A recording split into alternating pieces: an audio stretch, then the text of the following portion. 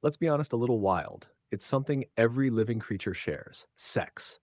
But in the animal world, sex isn't just about reproduction. It's about survival, evolution, power, creativity, and sometimes pure pleasure.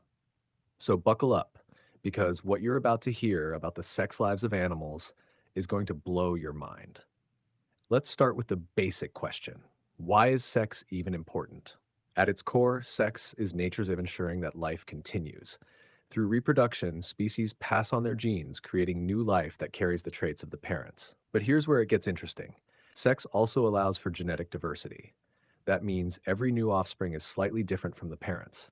And this diversity is what helps species adapt, evolve, and survive in an ever changing world.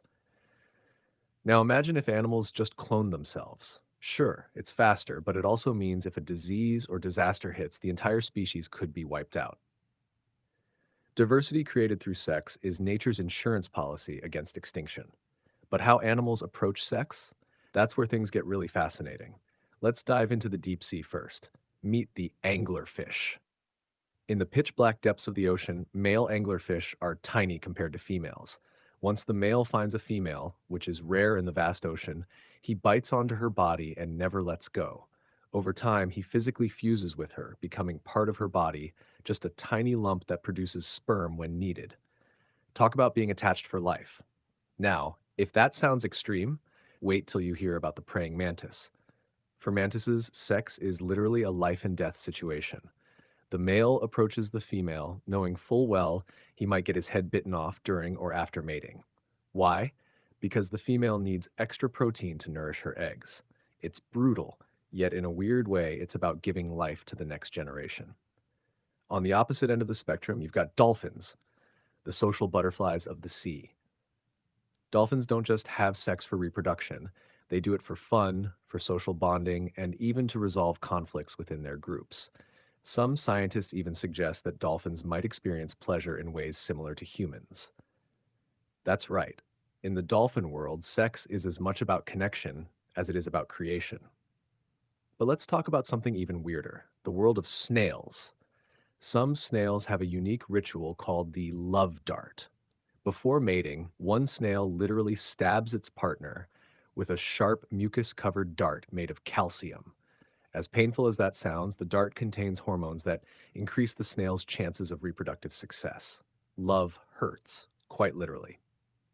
And then there are bonobos, one of our closest relatives in the primate family. In bonobo society, sex is everywhere. It's their way of saying hello, solving disputes, reducing stress, and strengthening bonds.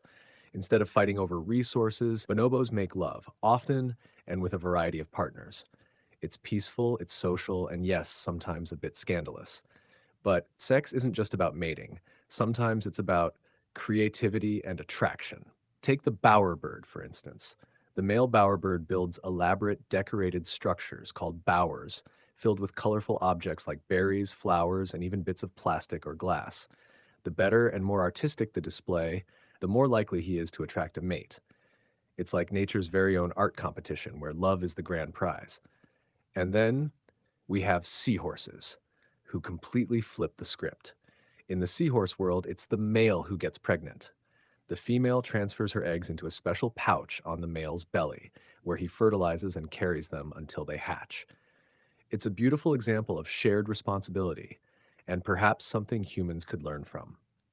But some animals have turned mating into a literal fight. Flatworms are hermaphrodites, meaning they have both male and female parts. When two flatworms meet, they engage in what scientists call penis fencing, where each tries to stab the other. The one who manages to stab their partner gets to be the father, while the other becomes the mother. In the end, it's not just love, it's a battle of wills. Now let's talk about giraffes. In their courtship, males use a rather strange technique. They test a female's fertility by tasting her urine.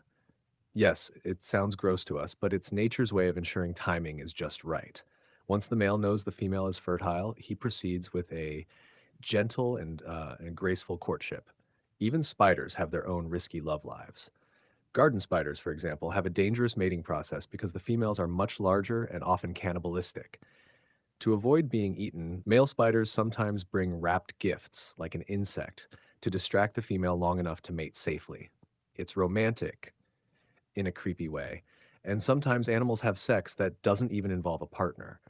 In some species of reptiles, like certain lizards, parthenogenesis occurs, where females can reproduce without males at all. No mating, no males, just clones of the mother. Fascinating, but as we said earlier, it limits genetic diversity. So, what's the takeaway here? In nature, sex is not just about making babies. It's a complex, sometimes dangerous, sometimes playful, and always fascinating part of life. It shapes behavior, drives evolution, and in many cases defines how species interact with one another. Whether it's the deep sea anglerfish's permanent partnership, the deadly romance of the praying mantis, the playful connections of dolphins, or the artistic seduction of bowerbirds, sex in the animal kingdom is as diverse as life itself. And that's what makes it so important.